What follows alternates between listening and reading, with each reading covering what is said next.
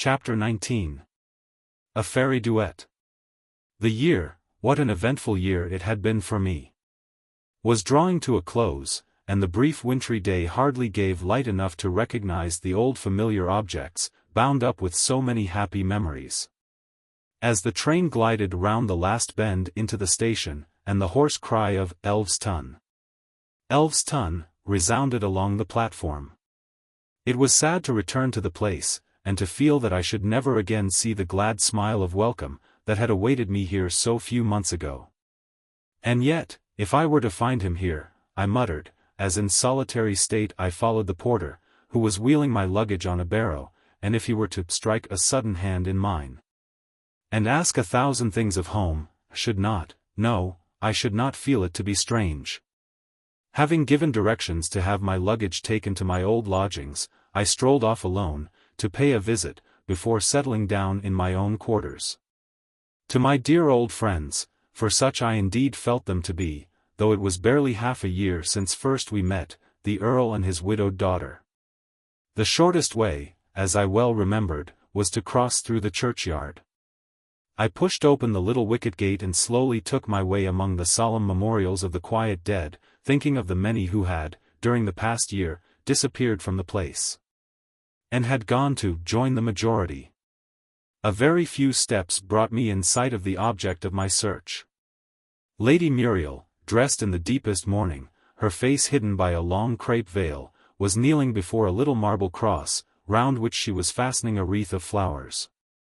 The cross stood on a piece of level turf, unbroken by any mound, and I knew that it was simply a memorial cross, for one whose dust reposed elsewhere, even before reading the simple inscription, "In loving memory of Arthur Forrester, M.D., whose mortal remains lie buried by the sea, whose spirit has returned to God who gave it. Greater love hath no man than this, that a man lay down his life for his friends." She threw back her veil on seeing me approach, and came forwards to meet me, with a quiet smile, and far more self-possessed than I could have expected. "It is quite like old times, seeing you here again," she said, in tones of genuine pleasure. "Have you been to see my father?" "No," I said, "I was on my way there, and came through here as the shortest way." "I hope he is well, and you also?" "Thanks, we are both quite well." "And you? Are you any better yet?" "Not much better, I fear, but no worse, I am thankful to say." "Let us sit here a while, and have a quiet chat," she said. The calmness, almost indifference, of her manner quite took me by surprise. I little guessed what a fierce restraint she was putting upon herself. "One can be so quiet here," she resumed. "I come here every day." "It is very peaceful," I said. "You got my letter?" "Yes, but I delayed writing. It is so hard to say, on paper." "I know. It was kind of you. You were with us when we saw the last of—" She paused a moment, and went on more hurriedly. "I went down to the harbor several times, but no one knows which of those vast graves it is. However, they showed me the house he died in, that was some comfort.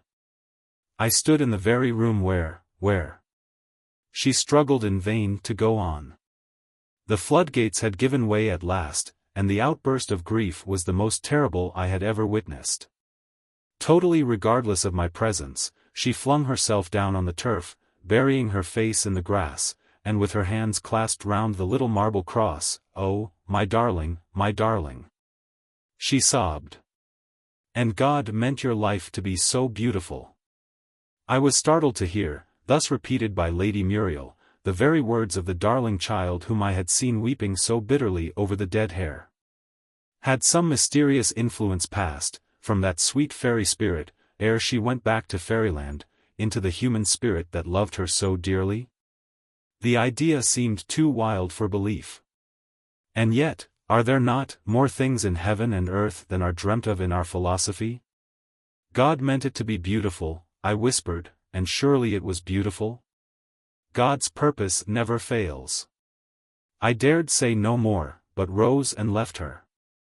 At the entrance gate to the Earl's house I waited, leaning on the gate and watching the sun set, revolving many memories, some happy, some sorrowful, until Lady Muriel joined me. She was quite calm again now. "Do come in," she said. "My father will be so pleased to see you." The old man rose from his chair, with a smile, to welcome me. But his self-command was far less than his daughter's, and the tears coursed down his face as he grasped both my hands in his, and pressed them warmly. My heart was too full to speak. And we all sat silent for a minute or two. Then Lady Muriel rang the bell for tea. "You do take 5 o'clock tea, I know," she said to me, with the sweet playfulness of manner I remembered so well, "even though you can't work your wicked will on the law of gravity, and make the teacups descend into infinite space. A little faster than the tea." This remark gave the tone to our conversation. By a tacit mutual consent, we avoided, during this our first meeting after her great sorrow, the painful topics that filled our thoughts. And talked like light-hearted children who had never known a care. "Did you ever ask yourself the question," Lady Muriel began, apropos of nothing, "what is the chief advantage of being a man instead of a dog?" "No, indeed," I said, "but I think there are advantages on the dog's side of the question, as well." "No doubt," she replied, with that pretty mock gravity that became her so well, "but, on man's side, the chief advantage seems to me to consist in having pockets. It was borne in upon me, upon us, should say, for my father and I were returning from a walk, only yesterday. We met a dog carrying home a bone. What it wanted it for, I've no idea, certainly there was no meat on it. A strange sensation came over me, that I had heard all this, or something exactly like it, before, and I almost expected her next words to be, perhaps he meant to make a cloak for the winter.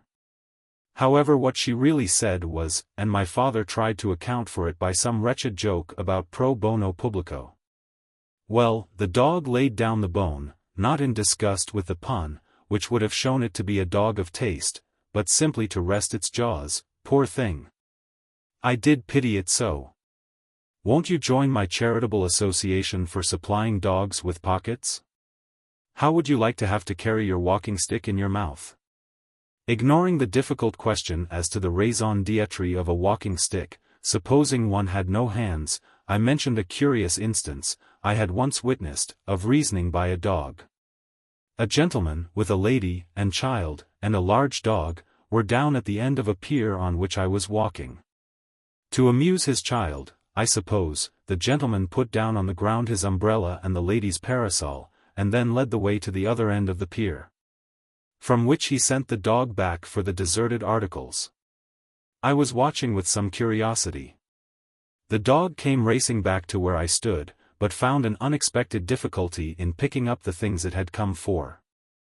With the umbrella in its mouth, its jaws were so far apart that it could get no firm grip on the parasol. After 2 or 3 failures, it paused and considered the matter. Then it put down the umbrella and began with the parasol. Of course that didn't open its jaws nearly so wide, and it was able to get a good hold of the umbrella, and galloped off in triumph. One couldn't doubt that it had gone through a real train of logical thought. "I entirely agree with you," said Lady Muriel, "but don't orthodox writers condemn that view, as putting man on the level of the lower animals?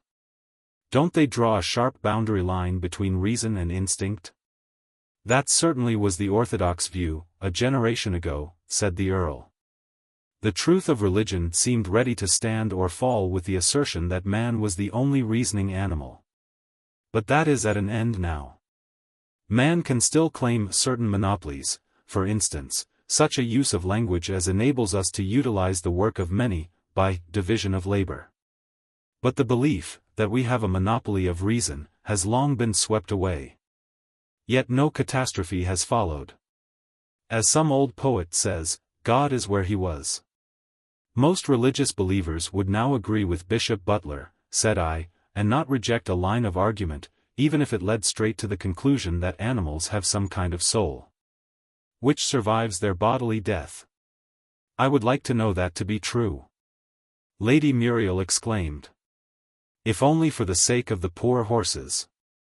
Sometimes I've thought that, if anything could make me cease to believe in a God of perfect justice, it would be the sufferings of horses, without guilt to deserve it, and without any compensation. It is only part of the great riddle, said the Earl, why innocent beings ever suffer.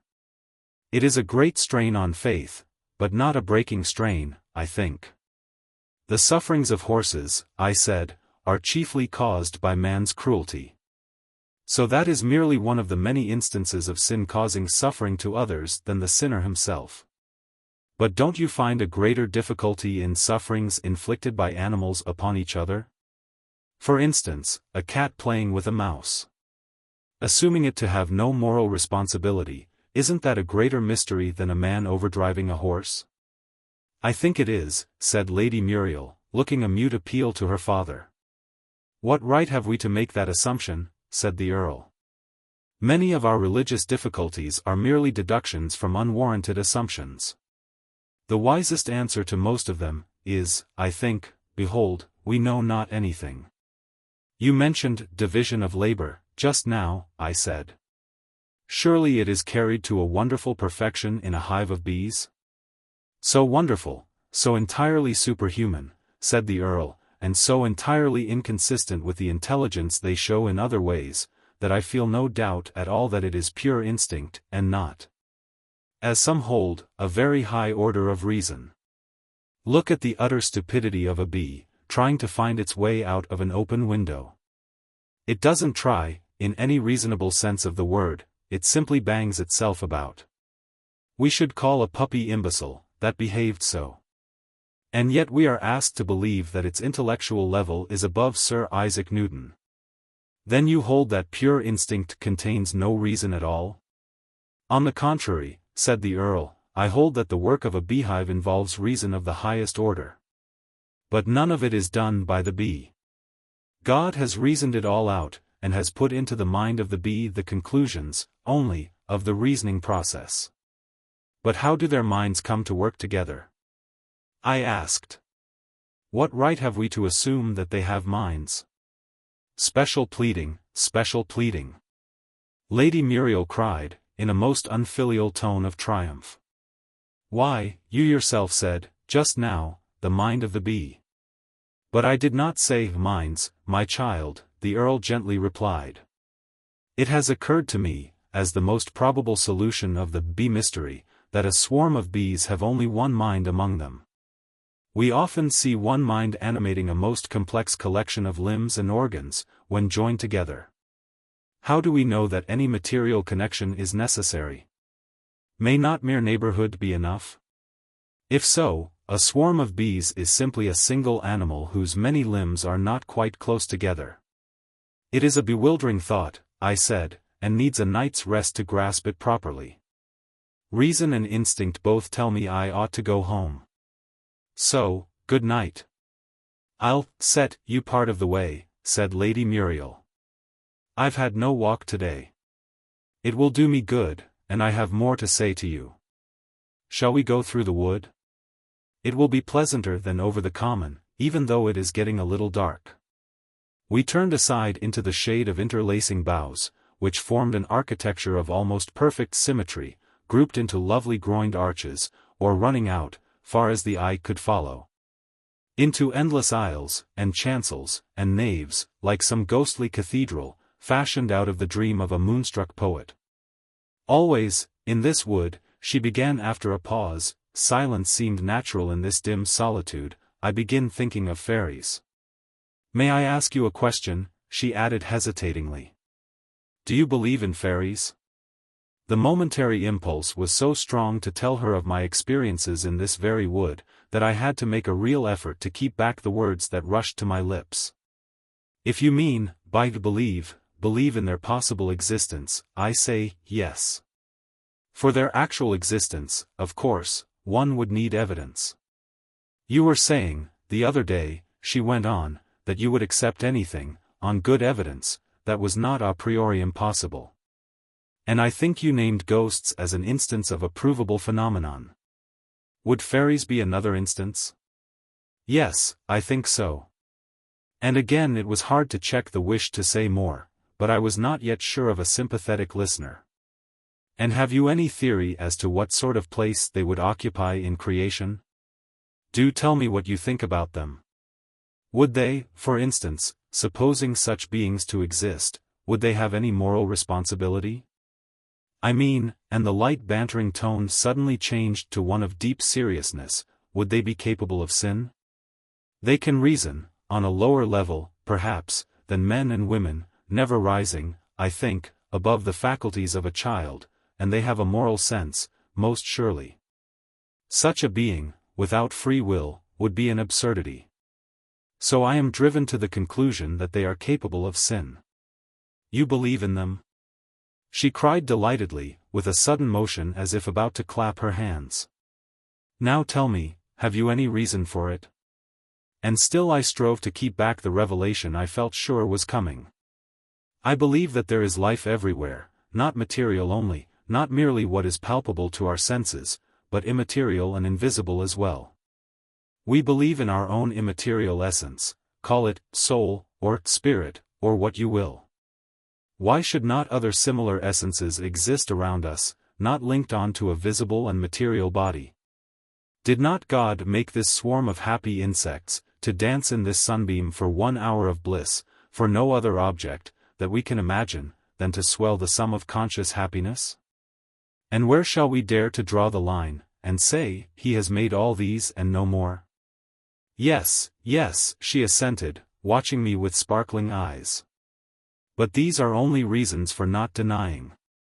You have more reasons than this, have you not? Well, yes, I said, feeling I might safely tell all now. And I could not find a fitter time or place to say it. I have seen them, and in this very wood. Lady Muriel asked no more questions. Silently she paced at my side, with head bowed down and hands clasped tightly together. Only, as my tale went on, she drew a little short quick breath now and then, like a child panting with delight. And I told her what I had never yet breathed to any other listener, of my double life, and, more than that, for mine might have been but a noonday dream. Of the double life of those 2 dear children. And when I told her of Bruno's wild gambols, she laughed merrily. And when I spoke of Sylvie's sweetness and her utter unselfishness and trustful love, she drew a deep breath. Like one who hears at last some precious tidings for which the heart has ached for a long while. And the happy tears chased one another down her cheeks. I have often longed to meet an angel, she whispered, so low that I could hardly catch the words. I'm so glad I've seen Sylvie. My heart went out to the child the first moment that I saw her. Listen, she broke off suddenly. That's Sylvie singing. I'm sure of it. Don't you know her voice? I have heard Bruno sing, more than once, I said, but I never heard Sylvie. I have only heard her once, said Lady Muriel. It was that day when you brought us those mysterious flowers. The children had run out into the garden, and I saw Eric coming in that way, and went to the window to meet him, and Sylvie was singing, under the trees, a song I had never heard before. The words were something like I think it is love, I feel it is love. Her voice sounded far away, like a dream, but it was beautiful beyond all words, as sweet as an infant's first smile. Or the first gleam of the white cliffs when one is coming home after weary years, a voice that seemed to fill one's whole being with peace and heavenly thoughts. Listen. She cried, breaking off again in her excitement. That is her voice, and that's the very song. I could distinguish no words, but there was a dreamy sense of music in the air that seemed to grow ever louder and louder, as if coming nearer to us. We stood quite silent, and in another minute the 2 children appeared, coming straight towards us through an arched opening among the trees. Each had an arm round the other, and the setting sun shed a golden halo round their heads, like what one sees in pictures of saints. They were looking in our direction, but evidently did not see us, and I soon made out that Lady Muriel had for once passed into a condition familiar to me, that we were both of us dearie, and that, though we could see the children so plainly, we were quite invisible to them. The song ceased just as they came into sight, but, to my delight, Bruno instantly said, "Let's sing it all again, Sylvie." It did sound so pretty. And Sylvie replied, "Very well. It's you to begin, you know." So Bruno began, in the sweet childish treble I knew so well. "Say, what is the spell, when her fledglings are cheeping, that lures the bird home to her nest? Or wakes the tired mother, whose infant is weeping, to cuddle and croon it to rest? What's the magic that charms the glad babe in her arms, till it coos with the voice of the dove?" And now ensued quite the strangest of all the strange experiences that marked the wonderful year whose history I am writing, the experience of first hearing Sylvie's voice in song. Her part was a very short one, only a few words, and she sang it timidly, and very low indeed, scarcely audibly, but the sweetness of her voice was simply indescribable. I have never heard any earthly music like it. "'Tis a secret, and so let us whisper it low. And the name of the secret is love." On me the first effect of her voice was a sudden sharp pang that seemed to pierce through one's very heart. I had felt such a pang only once before in my life, and it had been from seeing what, at the moment, realized one's idea of perfect beauty. It was in a London exhibition, where, in making my way through a crowd, I suddenly met, face to face, a child of quite unearthly beauty. Then came a rush of burning tears to the eyes, as though one could weep one's soul away for pure delight. And lastly there fell on me a sense of awe that was almost terror, some such feeling as Moses must have had when he heard the words, "Put off thy shoes from off thy feet. For the place whereon thou standest is holy ground." The figures of the children became vague and shadowy, like glimmering meteors, while their voices rang together in exquisite harmony as they sang. "For I think it is love. For I feel it is love. For I'm sure it is nothing but love." By this time I could see them clearly once more. Bruno again sang by himself.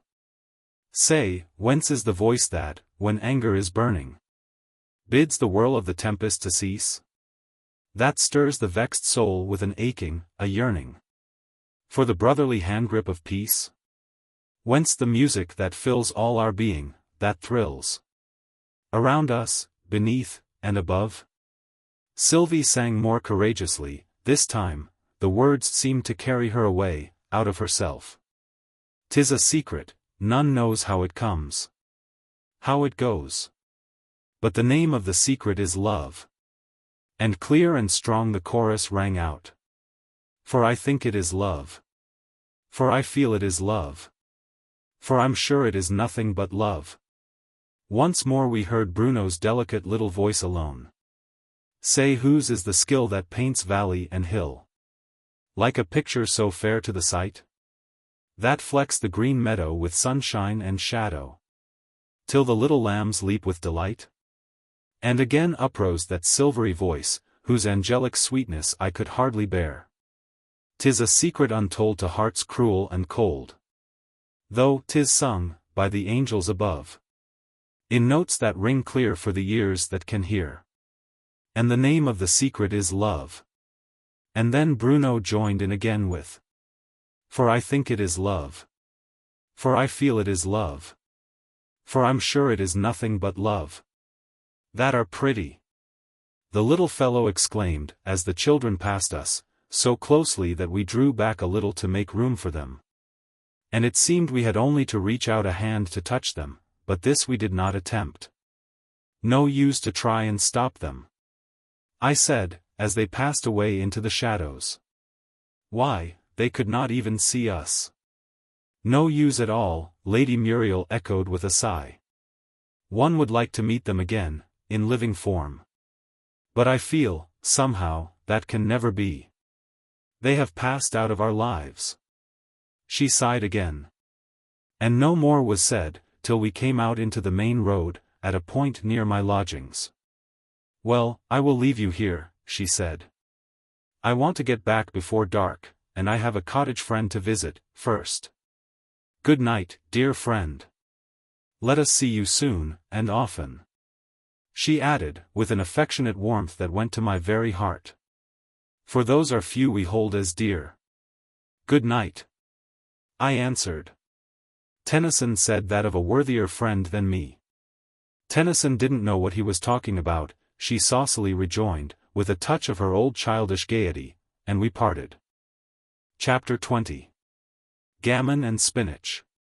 My landlady's welcome had an extra heartiness about it, and though, with a rare delicacy of feeling, she made no direct allusion to the friend whose companionship had done so much to brighten life for me, I felt sure that it was a kindly sympathy with my solitary state that made her so specially anxious to do all she could think of to ensure my comfort, and make me feel at home.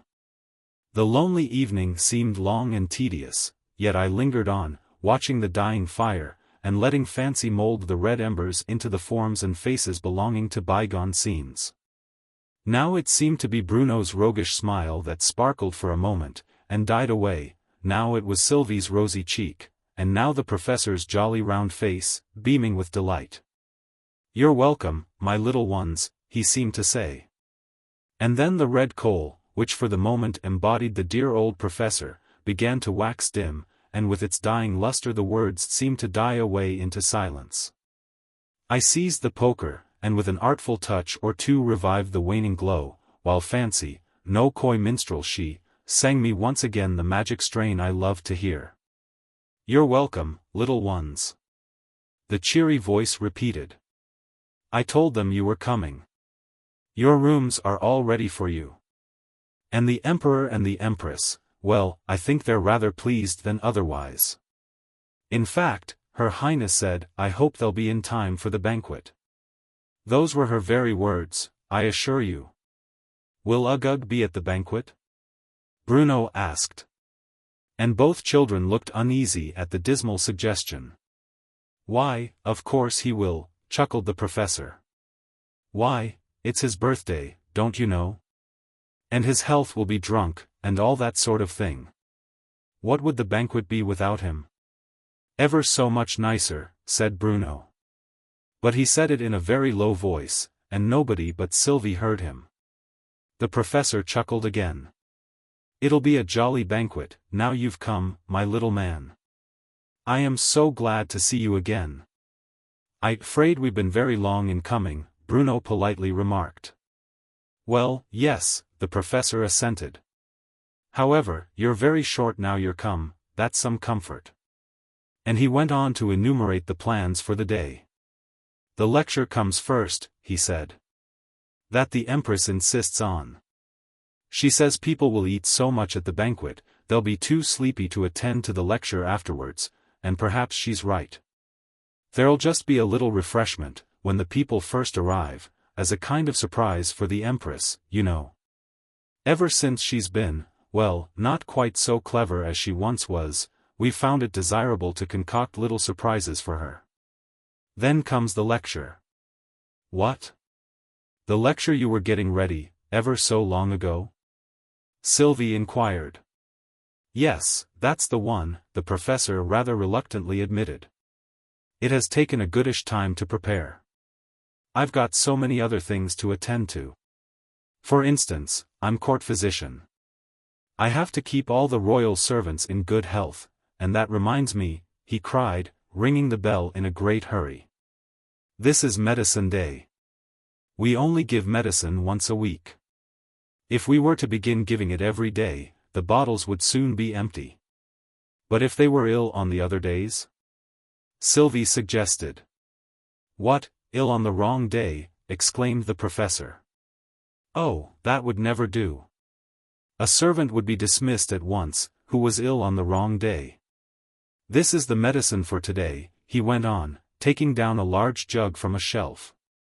"I mixed it, myself, first thing this morning. Taste it," he said, holding out the jug to Bruno. "Dip in your finger, and taste it." Bruno did so, and made such an excruciatingly wry face that Sylvie exclaimed, in alarm, "Oh, Bruno, you mustn't. It's welly extremely nasty." Bruno said, as his face resumed its natural shape. "Nasty?" said the professor. "Why, of course it is. What would medicine be, if it wasn't nasty?" "Nice," said Bruno. I was going to say, the professor faltered, rather taken aback by the promptness of Bruno's reply, that would never do. Medicine has to be nasty, you know. Be good enough to take this jug down into the servants' hall, he said to the footman who answered the bell, and tell them it's their medicine for today. Which of them is to drink it? The footman asked, as he carried off the jug. Oh, I've not settled that yet, the professor briskly replied.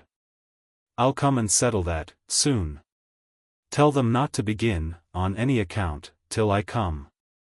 It's really wonderful, he said, turning to the children, the success I've had in curing diseases. Here are some of my memoranda. He took down from the shelf a heap of little bits of paper, pinned together in 2s and 3s. Just look at this set, now. Undercook number 13 recovered from common fever, febris communis. And now see what's pinned to it. Gave undercook number 13 a double dose of medicine. That's something to be proud of, isn't it? But which happened first? Said Sylvie, looking very much puzzled. The professor examined the papers carefully. They are not dated, I find, he said with a slightly dejected air, so I fear I can't tell you. But they both happened, there's no doubt of that. The medicine's the great thing, you know. The diseases are much less important. You can keep a medicine, for years and years, but nobody ever wants to keep a disease. By the way, come and look at the platform. The gardener asked me to come and see if it would do. We may as well go before it gets dark.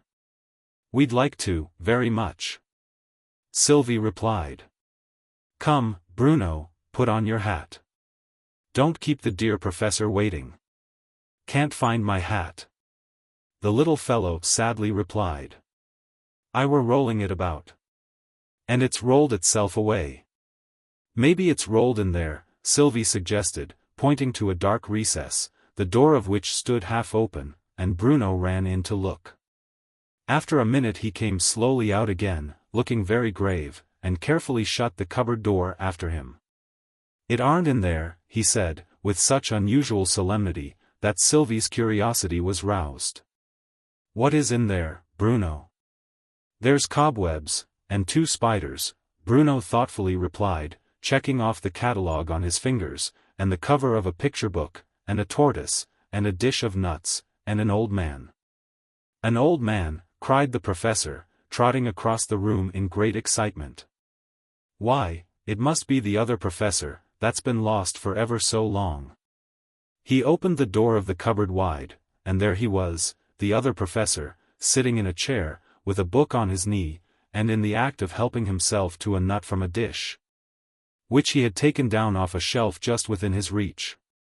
He looked round at us, but said nothing till he had cracked and eaten the nut. Then he asked the old question. Is the lecture all ready? It'll begin in an hour, the professor said, evading the question. First, we must have something to surprise the Empress. And then comes the banquet. The banquet! Cried the other professor, springing up, and filling the room with a cloud of dust. Then I'd better go and brush myself a little. What a state I'm in. He does want brushing. The professor said, with a critical air, here's your hat, little man. I had put it on by mistake. I'd quite forgotten I had one on, already. Let's go and look at the platform. And there's that nice old gardener singing still. Bruno exclaimed in delight, as we went out into the garden. I do believe he's been singing that very song ever since we went away. Why, of course he has, replied the professor. It wouldn't be the thing to leave off, you know. Wouldn't be what thing? Said Bruno, but the professor thought it best not to hear the question. What are you doing with that hedgehog? He shouted at the gardener, whom they found standing upon one foot, singing softly to himself, and rolling a hedgehog up and down with the other foot. Well, I wanted fur to know what hedgehogs lives on, so I be keeping this here hedgehog, fur to see if it eats potatoes.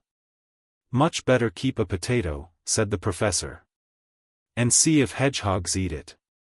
That be the right way, surely, the delighted gardener exclaimed. Be you come to see the platform? Aye, the professor cheerily replied. And the children have come back, you see. The gardener looked round at them with a grin. Then he led the way to the pavilion. And as he went he sang. He looked again, and found it was a double rule of 3. And all its mystery, he said, is clear as day to me. You've been months over that song, said the professor. Isn't it finished yet? There be only one verse more, the gardener sadly replied. And, with tears streaming down his cheeks, he sang the last verse. He thought he saw an argument. That proved he was the Pope. He looked again.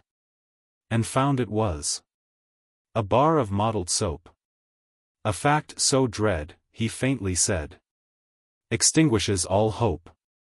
Choking with sobs, the gardener hastily stepped on a few yards ahead of the party, to conceal his emotion. Did he see the bar of mottled soap? Sylvie inquired, as we followed. Oh, certainly, said the professor. That song is his own history, you know. Tears of an ever-ready sympathy glittered in Bruno's eyes. I's welly sorry he isn't the Pope, he said. Aren't you sorry, Sylvie? Well, I hardly know, Sylvie replied in the vaguest manner. Would it make him any happier? She asked the professor. It wouldn't make the Pope any happier, said the professor. Isn't the platform lovely? He asked, as we entered the pavilion. I've put an extra beam under it, said the gardener, patting it affectionately as he spoke. And now it's that strong, as a mad elephant might dance upon it. Thank you very much. The professor heartily rejoined. I don't know that we shall exactly require, but it's convenient to know. And he led the children upon the platform, to explain the arrangements to them. Here are 3 seats, you see, for the Emperor and the Empress and Prince Uggug. But there must be 2 more chairs here, he said, looking down at the gardener. One for Lady Sylvie, and one for the smaller animal. And may I help in the lecture? Said Bruno. I can do some conjuring tricks. Well, it's not exactly a conjuring lecture, the professor said, as he arranged some curious-looking machines on the table. However, what can you do? Did you ever go through a table, for instance? Often, said Bruno. Haven't I, Sylvie? The professor was evidently surprised, though he tried not to show it. This must be looked into, he muttered to himself, taking out a notebook. And first, what kind of table? Tell him. Bruno whispered to Sylvie, putting his arms round her neck. Tell him yourself, said Sylvie. Can't, said Bruno. It's a bony word. Nonsense, laughed Sylvie. You can say it well enough, if you only try. Come. Muddle, said Bruno. That's a bit of it. What does he say? Cried the bewildered professor. He means the multiplication table, Sylvie explained. The professor looked annoyed, and shut up his notebook again. Oh, that's quite another thing, he said. It are ever so many other things, said Bruno. Aren't it, Sylvie? A loud blast of trumpets interrupted this conversation. Why, the entertainment has begun, the professor exclaimed, as he hurried the children into the reception saloon. I had no idea it was so late. A small table, containing cake and wine, stood in a corner of the saloon, and here we found the Emperor and Empress waiting for us. The rest of the saloon had been cleared of furniture, to make room for the guests. I was much struck by the great change a few months had made in the faces of the imperial pair. A vacant stare was now the Emperor's usual expression, while over the face of the Empress there flitted, ever and anon, a meaningless smile. So you're come at last. The Emperor sulkily remarked, as the professor and the children took their places. It was evident that he was very much out of temper, and we were not long in learning the cause of this. He did not consider the preparations, made for the imperial party, to be such as suited their rank. A common mahogany table, he growled, pointing to it contemptuously with his thumb. Why wasn't it made of gold, I should like to know? It would have taken a very long, the professor began, but the emperor cut the sentence short. Then the cake. Ordinary plum. Why wasn't it made of, he broke off again. Then the wine. Merely old Madeira. Why wasn't it? Then this chair. That's worst of all. Why wasn't it a throne? One might excuse the other omissions, but I can't get over the chair. What I can't get over, said the Empress, in eager sympathy with her angry husband, is the table. Pooh, said the Emperor. It is much to be regretted, the professor mildly replied, as soon as he had a chance of speaking. After a moment's thought he strengthened the remark. Everything, he said, addressing society in general, is very much to be regretted. A murmur of "Hear, hear," rose from the crowded saloon. There was a rather awkward pause, the professor evidently didn't know how to begin. The Empress leant forwards, and whispered to him. A few jokes, you know, Professor, just to put people at their ease. True, madam, the professor meekly replied. This little boy. Please don't make any jokes about me. Bruno exclaimed, his eyes filling with tears. I won't if you'd rather I didn't, said the kind-hearted professor. It was only something about a ship's buoy, a harmless pun, but it doesn't matter. Here he turned to the crowd and addressed them in a loud voice. Learn your A's, he shouted. Your B's. Your C's. And your D's. Then you'll be at your ease. There was a roar of laughter from all the assembly, and then a great deal of confused whispering. What was it he said? Something about bees, I fancy. The Empress smiled in her meaningless way, and fanned herself. The poor professor looked at her timidly, he was clearly at his wits' end again, and hoping for another hint. The Empress whispered again. Some spinach, you know, Professor, as a surprise. The professor beckoned to the head cook, and said something to him in a low voice. Then the head cook left the room, followed by all the other cooks. It's difficult to get things started, the professor remarked to Bruno. When once we get started, it'll go on all right, you'll see. If OO want to startle people, said Bruno, OO should put live frogs on their backs. Here the cooks all came in again, in a procession, the head cook coming last and carrying something, which the others tried to hide by waving flags all round it. Nothing but flags, Your Imperial Highness. Nothing but flags, he kept repeating, as he said it before her. Then all the flags were dropped in a moment, as the head cook raised the cover from an enormous dish. What is it? The Empress said faintly, as she put her spyglass to her eye. Why, it's spinach, I declare. Her Imperial Highness is surprised, the professor explained to the attendants, and some of them clapped their hands. The head cook made a low bow, and in doing so dropped a spoon on the table, as if by accident, just within reach of the Empress, who looked the other way and pretended not to see it. I am surprised, the Empress said to Bruno. Aren't you? Not a bit, said Bruno. I heard, but Sylvie put her hand over his mouth, and spoke for him. He's rather tired, I think. He wants the lecture to begin. I want the supper to begin, Bruno corrected her. The Empress took up the spoon in an absent manner, and tried to balance it across the back of her hand, and in doing this she dropped it into the dish, and, when she took it out again, it was full of spinach. How curious, she said, and put it into her mouth. It tastes just like real spinach. I thought it was an imitation, but I do believe it's real. And she took another spoonful. It won't be real much longer, said Bruno. But the Empress had had enough spinach by this time, and somehow, I failed to notice the exact process. We all found ourselves in the pavilion.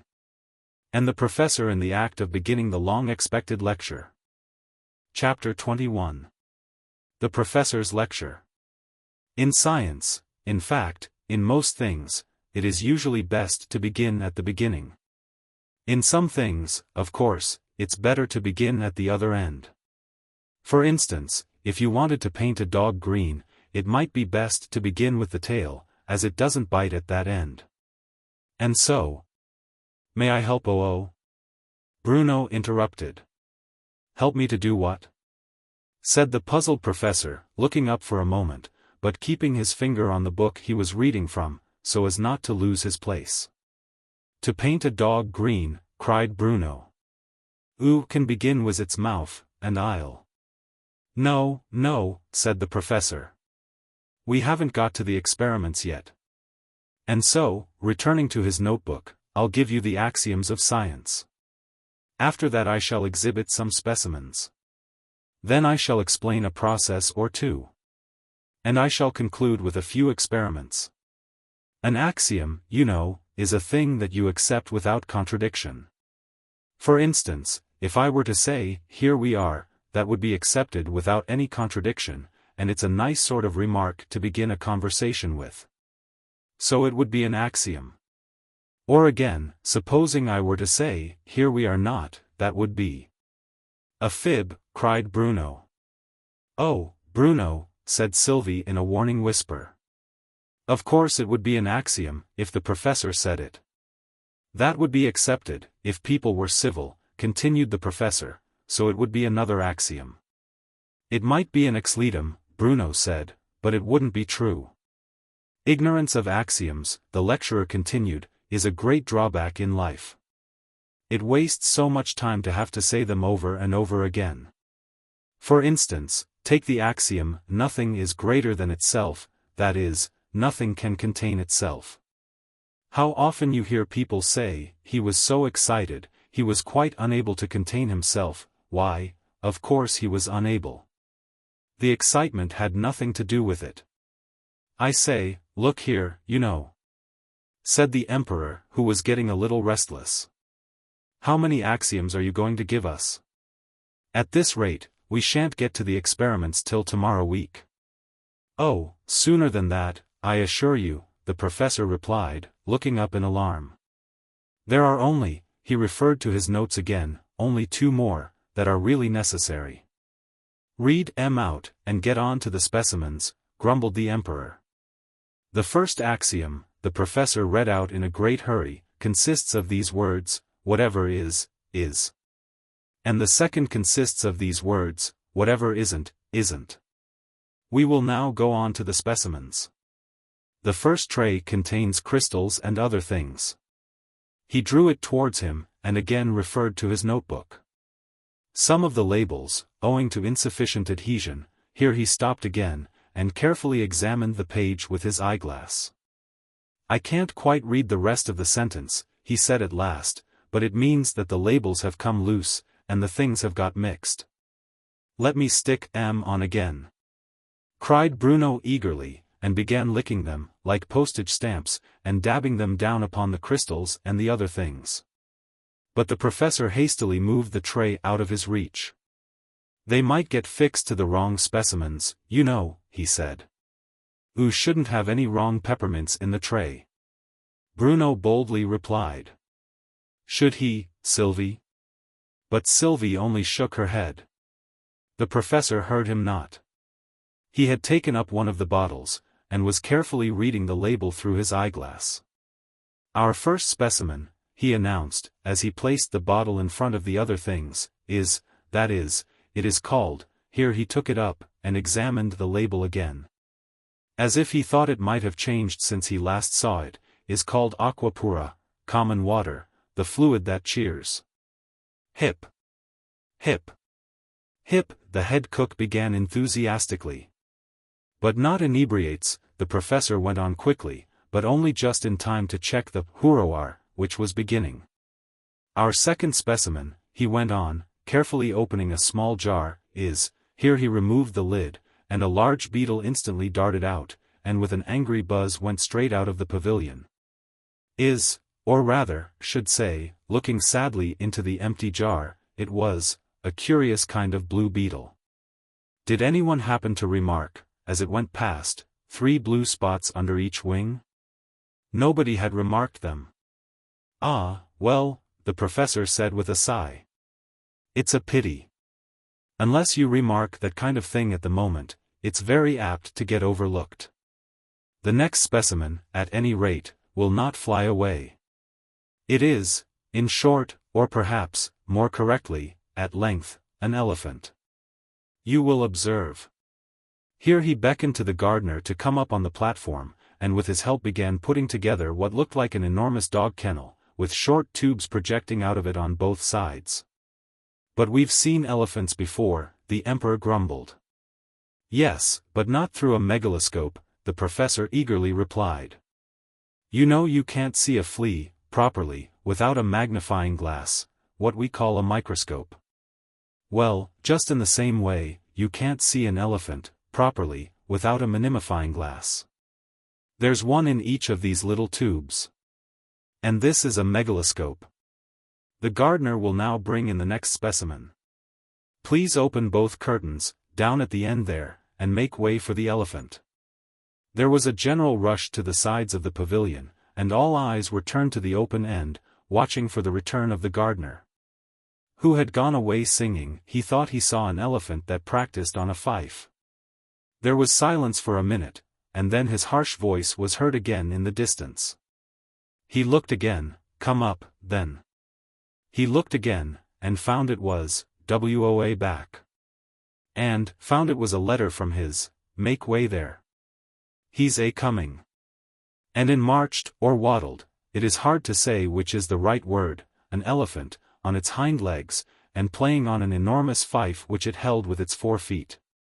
The professor hastily threw open a large door at the end of the megaloscope, and the huge animal, at a signal from the gardener, dropped the fife, and obediently trotted into the machine.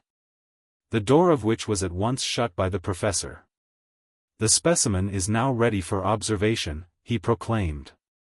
It is exactly the size of the common mouse, Mus communis. There was a general rush to the tubes, and the spectators watched with delight the minikin creature, as it playfully coiled its trunk round the professor's extended finger. Finally taking its stand upon the palm of his hand, while he carefully lifted it out, and carried it off to exhibit to the imperial party. Isn't it a darling? Cried Bruno. May I stroke it, please? I'll touch it welly gently. The Empress inspected it solemnly with her eyeglass. It is very small, she said in a deep voice. Smaller than elephants usually are, I believe. The professor gave a start of delighted surprise. Why, that's true, he murmured to himself. Then louder, turning to the audience, Her Imperial Highness has made a remark which is perfectly sensible. And a wild cheer arose from that vast multitude. The next specimen, the professor proclaimed, after carefully placing the little elephant in the tray, among the crystals and other things, is a flea, which we will enlarge for the purposes of observation. Taking a small pillbox from the tray, he advanced to the megaloscope, and reversed all the tubes. The specimen is ready, he cried, with his eye at one of the tubes, while he carefully emptied the pillbox through a little hole at the side. It is now the size of the common horse, Equus communis. There was another general rush, to look through the tubes, and the pavilion rang with shouts of delight, through which the professor's anxious tones could scarcely be heard. Keep the door of the microscope shut, he cried. If the creature were to escape, this size, it would, but the mischief was done. The door had swung open, and in another moment the monster had got out, and was trampling down the terrified, shrieking spectators. But the professor's presence of mind did not desert him. Undraw those curtains, he shouted. It was done. The monster gathered its legs together, and in one tremendous bound vanished into the sky. Where is it? Said the emperor, rubbing his eyes. In the next province, I fancy, the professor replied. That jump would take it at least 5 miles. The next thing is to explain a process or two. But I find there is hardly room enough to operate, the smaller animal is rather in my way. Who does he mean? Bruno whispered to Sylvie. He means you. Sylvie whispered back. Hush. Be kind enough to move, angularly, to this corner, the professor said, addressing himself to Bruno. Bruno hastily moved his chair in the direction indicated. "Did I move angrily enough?" he inquired. But the professor was once more absorbed in his lecture, which he was reading from his notebook. "I will now explain the process of, the name is blotted, I'm sorry to say. It will be illustrated by a number of, here he examined the page for some time, and at last said, it seems to be either experiments or specimens." "Let it be experiments," said the emperor. "We've seen plenty of specimens." Certainly, the professor assented. "We will have some experiments."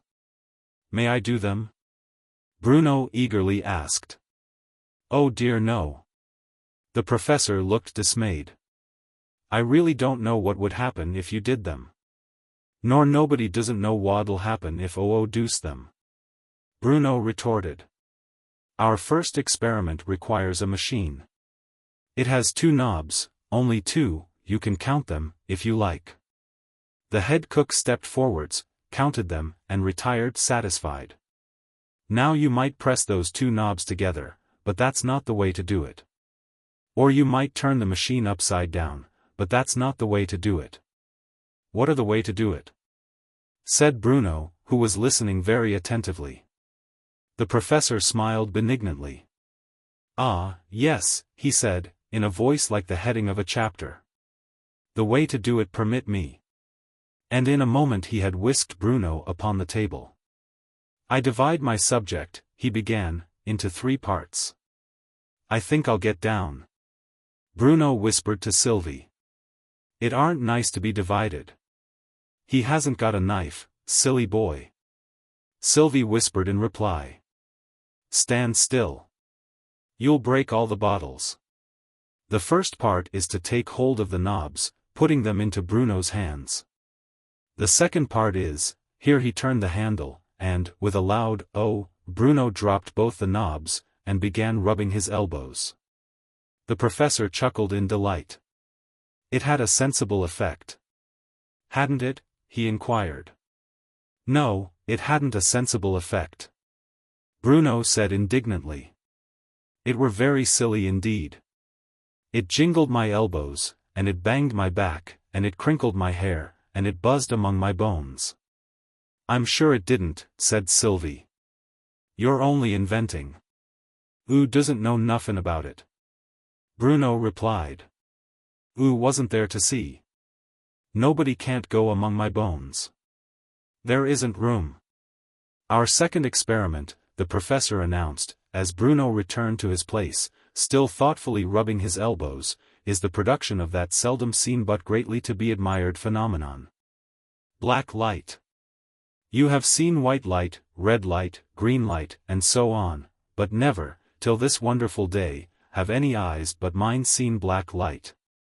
This box," carefully lifting it upon the table, and covering it with a heap of blankets, "is quite full of it. The way I made it was this: I took a lighted candle into a dark cupboard and shut the door. Of course the cupboard was then full of yellow light. Then I took a bottle of black ink, and poured it over the candle, and, to my delight, every atom of the yellow light turned black. That was indeed the proudest moment of my life. Then I filled a box with it. And now, would anyone like to get under the blankets and see it?"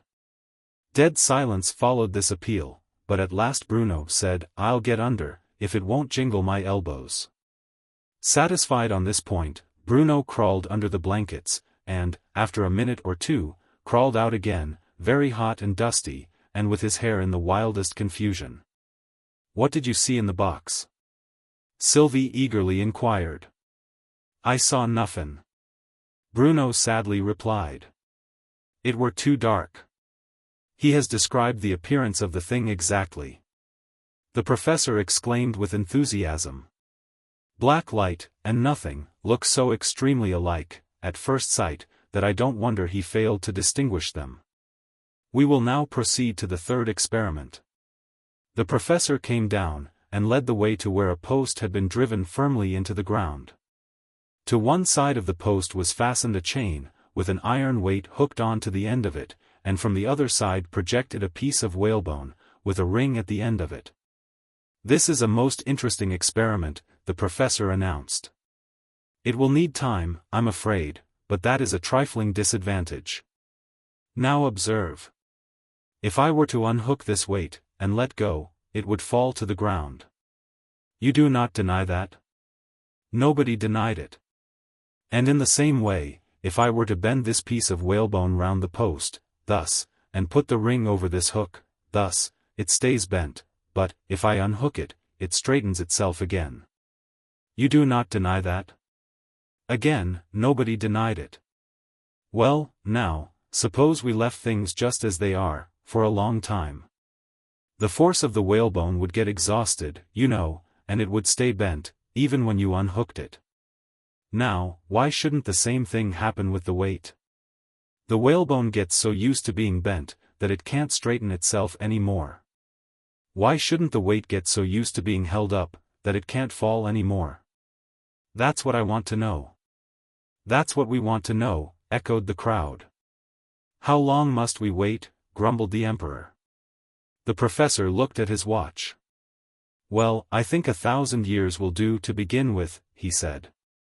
"Then we will cautiously unhook the weight, and, if it still shows, as perhaps it will, a slight tendency to fall, we will hook it on to the chain again, and leave it for another 1,000 years. Here the Empress experienced one of those flashes of common sense which were the surprise of all around her.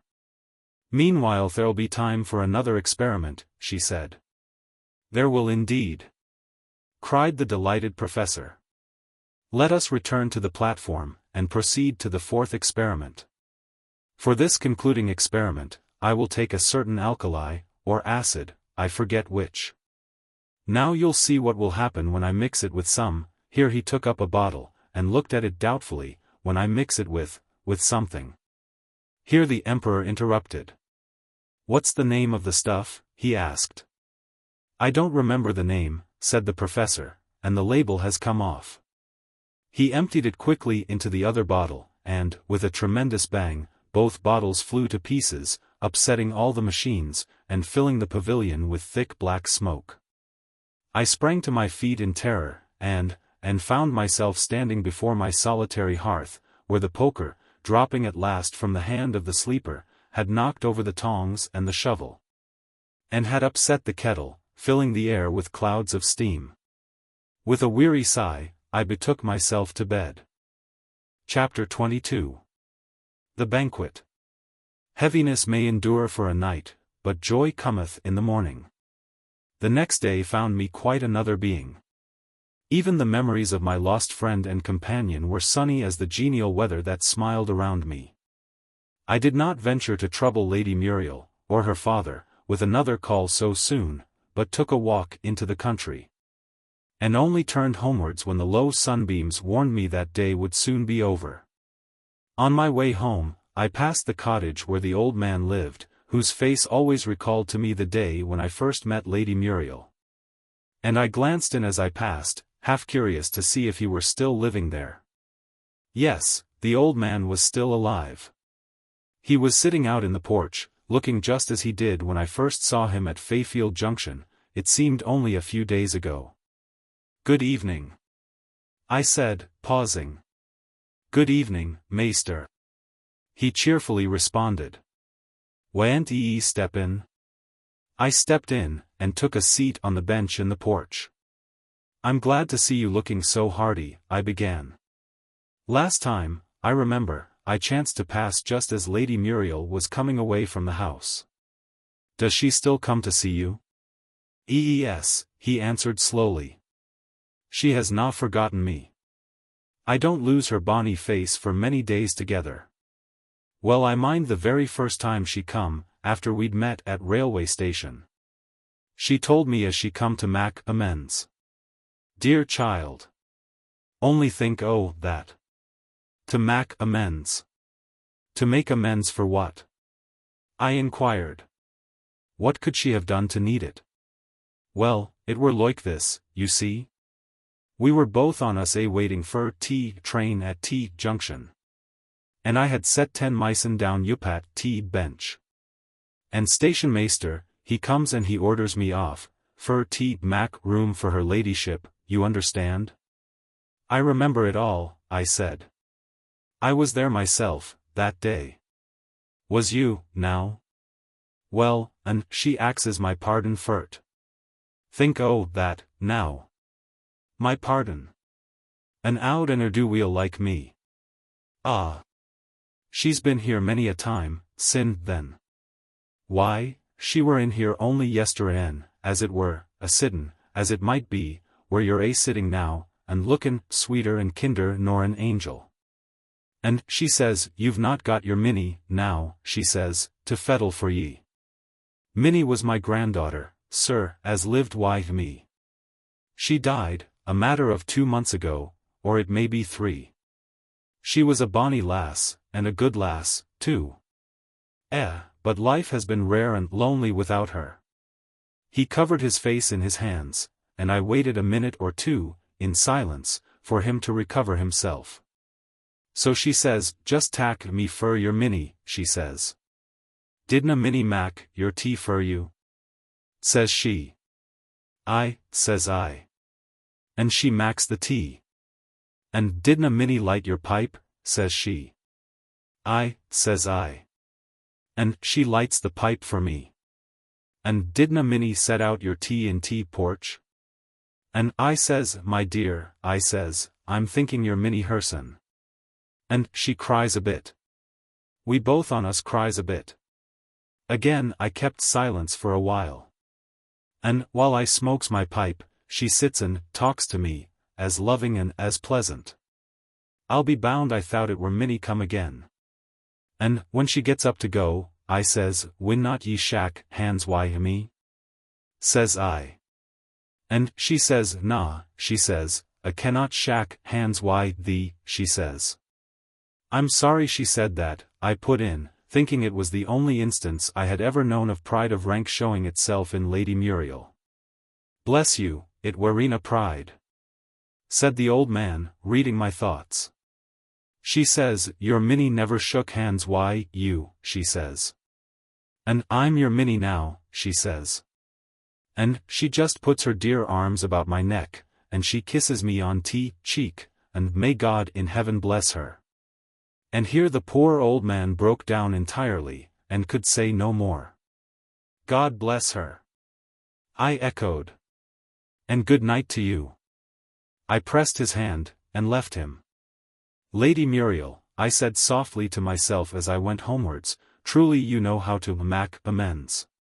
Seated once more by my lonely fireside, I tried to recall the strange vision of the night before, and to conjure up the face of the dear old professor among the blazing coals. That black one, with just a touch of red, would suit him well, I thought. After such a catastrophe, it would be sure to be covered with black stains, and he would say.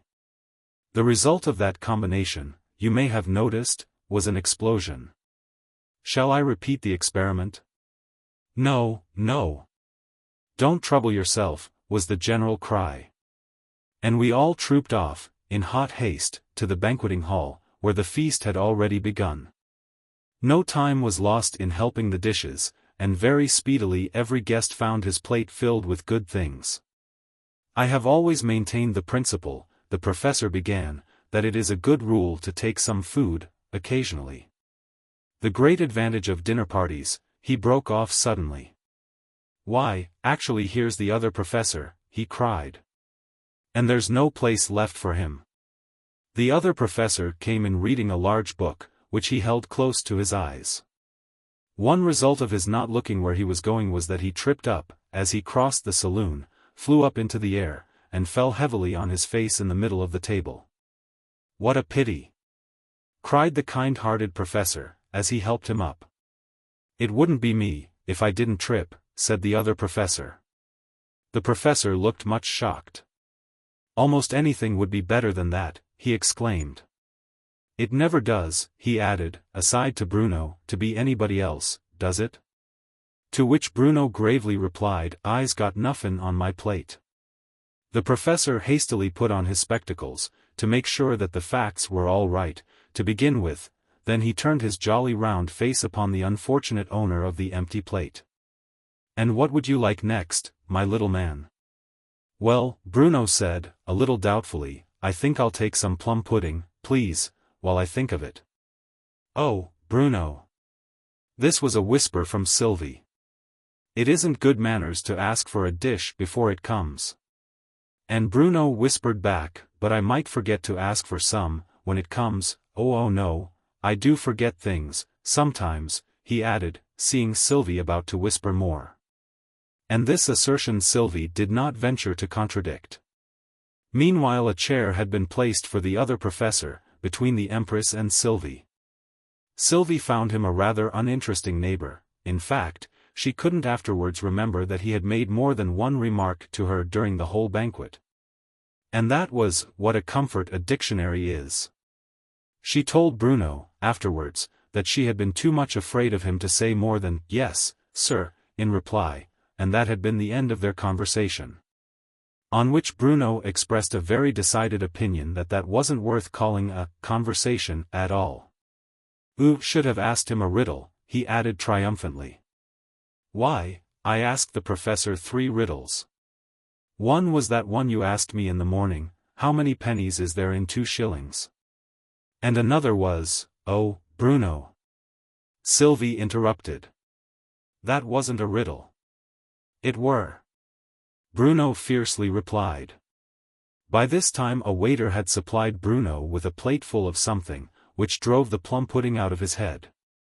Another advantage of dinner parties, the professor cheerfully explained, for the benefit of anyone that would listen, is that it helps you to see your friends.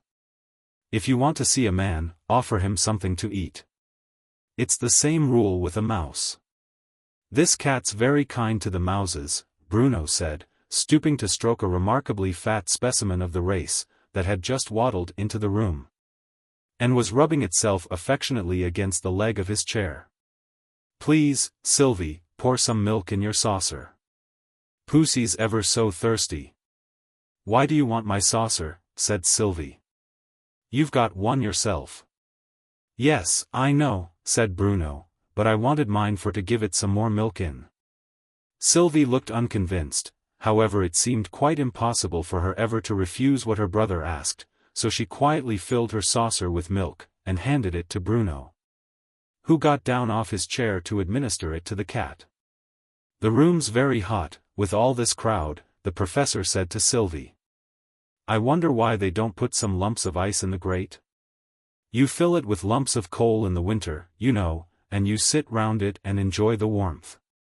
How jolly it would be to fill it now with lumps of ice, and sit round it and enjoy the cold."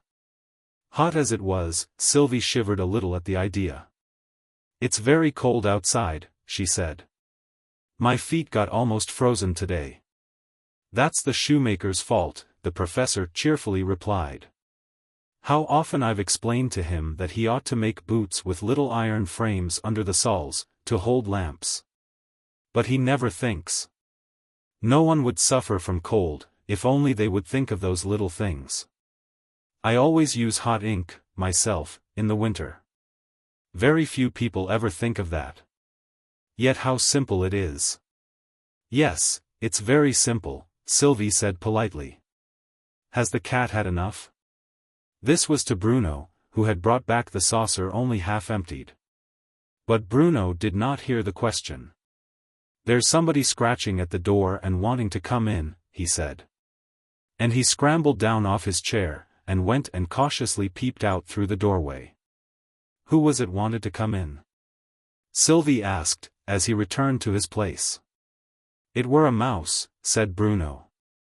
"And it peeped head in. And it saw the cat. And it said, 'I'll come in another day.' And I said, 'Oo needn't be frightened. The cat's welly kind to mouses.' And it said, 'But I's got some important business, what I must attend to.' And it said, 'I'll call again tomorrow.' And it said, 'Give my love to the cat.'" "What a fat cat it is," said the Lord Chancellor, leaning across the professor to address his small neighbor. "It's quite a wonder." "It was awfully fat when it came in," said Bruno, "so it would be more wonderfuller if it got thin all in a minute." And that was the reason, I suppose, the Lord Chancellor suggested, why you didn't give it the rest of the milk. No, said Bruno. It were a better a reason. I took the saucer up 'cause it were so discontented. It doesn't look so to me, said the Lord Chancellor. What made you think it was discontented? 'Cause it grumbled in its throat. Oh, Bruno, cried Sylvie. Why, that's the way cats show they're pleased. Bruno looked doubtful. It's not a good way, he objected. Oo wouldn't say I were pleased, if I made that noise in my throat. What a singular boy, the Lord Chancellor whispered to himself, but Bruno had caught the words. What do it mean to say, a singular boy, he whispered to Sylvie. It means one boy, Sylvie whispered in return. And plural means 2 or 3. Then I's welly glad I is a singular boy. Bruno said with great emphasis. It would be horrid to be 2 or 3 boys. P'raps they wouldn't play with me. Why should they? Said the other professor, suddenly waking up out of a deep reverie. They might be asleep, you know. Couldn't, if I was awake, Bruno said cunningly. Oh, but they might indeed. The other professor protested. Boys don't all go to sleep at once, you know. So these boys, but who are you talking about? He never remembers to ask that first. The professor whispered to the children. Why, the rest of me, course. Bruno exclaimed triumphantly. Supposing I was 2 or 3 boys. The other professor sighed, and seemed to be sinking back into his reverie, but suddenly brightened up again, and addressed the professor. There's nothing more to be done now, is there? Well, there's the dinner to finish, the professor said with a bewildered smile, and the heat to bear. I hope you'll enjoy the dinner, such as it is. And that you won't mind the heat, such as it isn't. The sentence sounded well, but somehow I couldn't quite understand it, and the other professor seemed to be no better off. Such as it isn't what? He peevishly inquired. It isn't as hot as it might be, the professor replied, catching at the first idea that came to hand. Ah, I see what you mean now. The other professor graciously remarked. It's very badly expressed, but I quite see it now. 13 minutes and a half ago, he went on, looking first at Bruno and then at his watch as he spoke, you said, this cat's very kind to the mouses. It must be a singular animal. So it are, said Bruno, after carefully examining the cat, to make sure how many there were of it. But how do you know it's kind to the mouses, or, more correctly speaking, the mice? 'Cause it plays with the mouses, said Bruno, for to amuse them, oh no. But that is just what I don't know, the other professor rejoined. My belief is, it plays with them to kill them. Oh, that's quite a accident. Bruno began, so eagerly, that it was evident he had already propounded this very difficulty to the cat. It explained all that to me, while it were drinking the milk. It said, I teaches the mouses new games, the mouses likes it ever so much. It said, sometimes little accidents happens, sometimes the mouses kills theirselves. It said, I's always welly sorry, when the mouses kills theirselves. It said. If it was so very sorry, Sylvie said, rather disdainfully, it wouldn't eat the mouses after they'd killed themselves. But this difficulty, also, had evidently not been lost sight of in the exhaustive ethical discussion just concluded. It said, the orator constantly omitted, as superfluous, his own share in the dialogue, and merely gave us the replies of the cat. It said, dead mouses never objects to be eaten.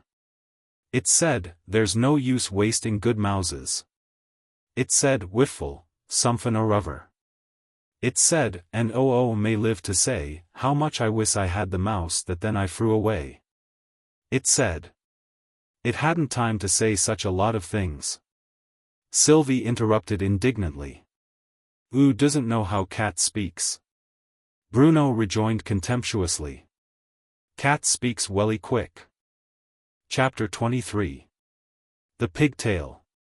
By this time the appetites of the guests seemed to be nearly satisfied, and even Bruno had the resolution to say, when the professor offered him a fourth slice of plum pudding, "I thinks 3 helpings is enough."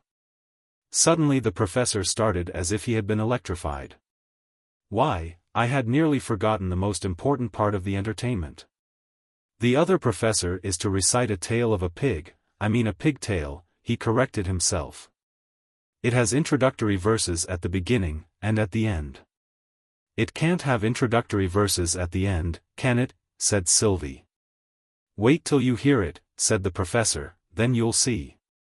I'm not sure it hasn't some in the middle, as well." Here he rose to his feet, and there was an instant silence through the banqueting hall. They evidently expected a speech. "Ladies and gentlemen," the professor began, "the other professor is so kind as to recite a poem. The title of it is The Pigtail. He never recited it before." General cheering among the guests. "He will never recite it again."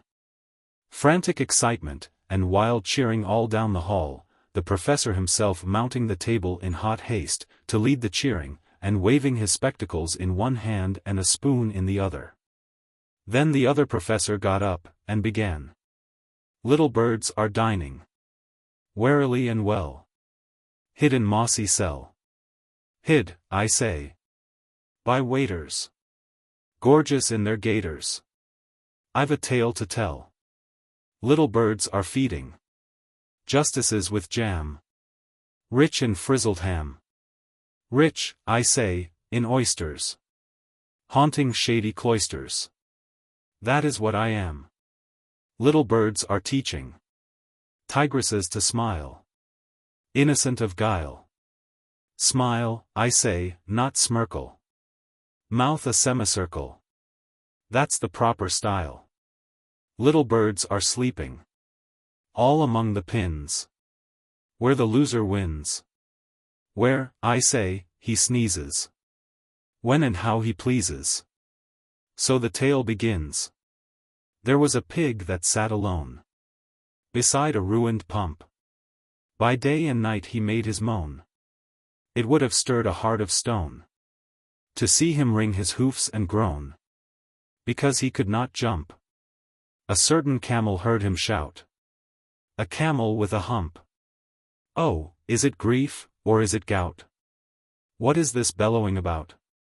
That pig replied, with quivering snout. "Because I cannot jump." That camel scanned him, dreamy-eyed. "Methinks you are too plump. I never knew a pig so wide. That wobbled so from side to side. Who could, however much he tried, do such a thing as jump? Yet mark those trees, 2 miles away. All clustered in a clump. If you could trot there twice a day, nor ever pause for rest or play, in the far future, who can say, you may be fit to jump." That camel passed, and left him there, beside the ruined pump. Oh, horrid was that pig's despair. His shrieks of anguish filled the air.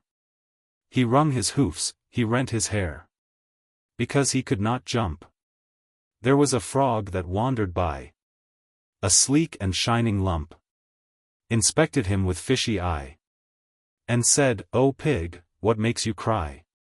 And bitter was that pig's reply, "Because I cannot jump." That frog he grinned a grin of glee, and hit his chest a thump.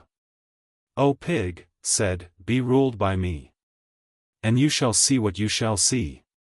This minute, for a trifling fee, I'll teach you how to jump. You may be faint from many a fall, and bruised by many a bump. But, if you persevere through all, and practice first on something small, concluding with a 10-foot wall, you'll find that you can jump." That pig looked up with joyful start. "O frog, you are a trump. Your words have healed my inward smart. Come, name your fee and do your part. Bring comfort to a broken heart. By teaching me to jump, my fee shall be a mutton chop. My goal this ruined pump. Observe with what an airy flop I plant myself upon the top. Now bend your knees and take a hop. For that's the way to jump. Up rose that pig, and rushed, full whack, against the ruined pump. Rolled over like an empty sack, and settled down upon his back, while all his bones at once went crack. It was a fatal jump. When the other professor had recited this verse, he went across to the fireplace, and put his head up the chimney. In doing this, he lost his balance, and fell headfirst into the empty grate, and got so firmly fixed there that it was some time before he could be dragged out again. Bruno had had time to say, I thought he wanted to see how many peoples was up the chimbley.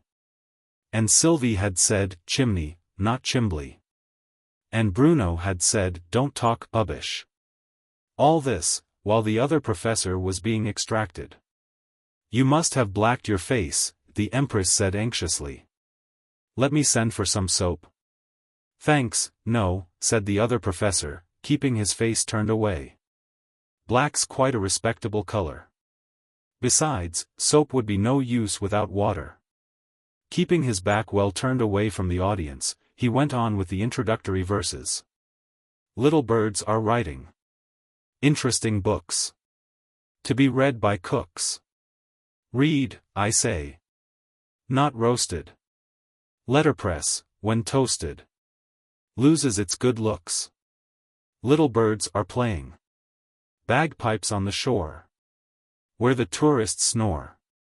Thanks, they cry. 'Tis thrilling.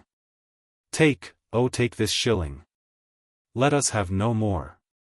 Little birds are bathing crocodiles in cream, like a happy dream. Like, but not so lasting. Crocodiles, when fasting, are not all they seem. That camel passed, as day grew dim, around the ruined pump. Oh broken heart! Oh broken limb! It needs, that camel said to him, something more fairy-like and slim, to execute a jump. That pig lay still as any stone, and could not stir a stump. Nor ever, if the truth were known, was he again observed to moan, nor ever wring his hoofs and groan, because he could not jump. That frog made no remark, for he was dismal as a dump. He knew the consequence must be that he would never get his fee.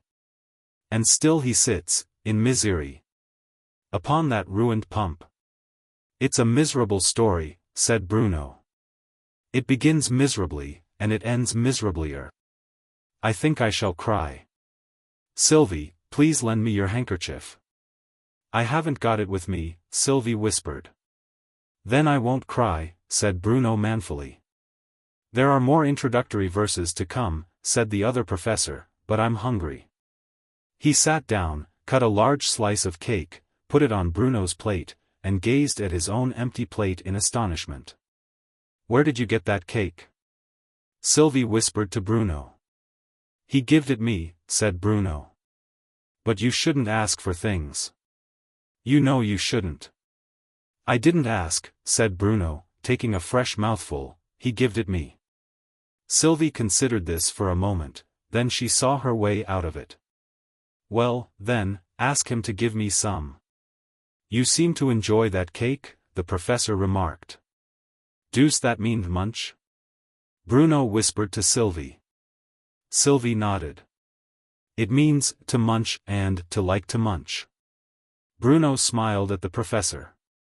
I deuce enjoy it, he said. The other professor caught the word.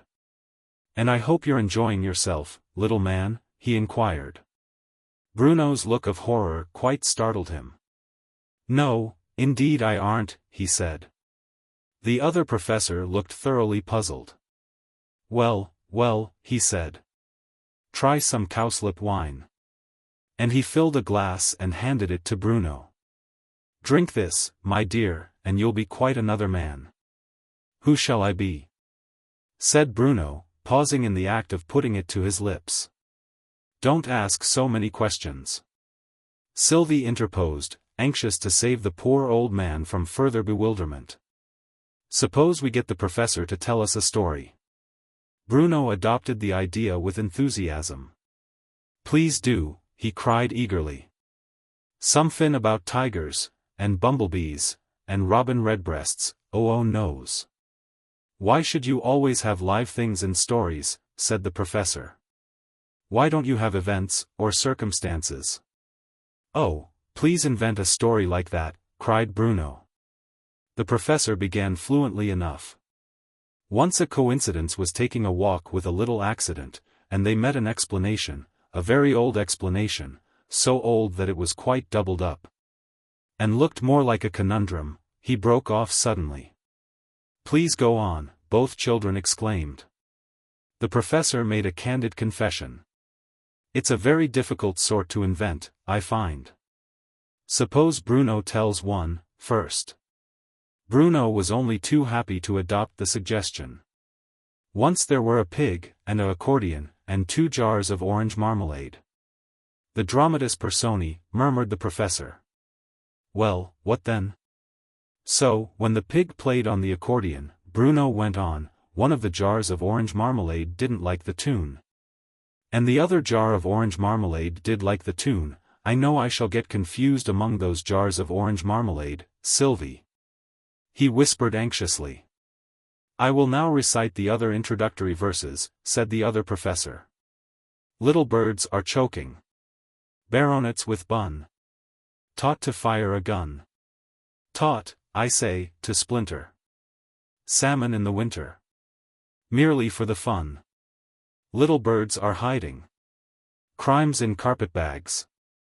Blessed by happy stags. Blessed, I say, though beaten. Since our friends are eaten. When the memory flags. Little birds are tasting. Gratitude and gold. Pale with sudden cold. Pale, I say, and wrinkled. When the bells have tinkled. And the tale is told.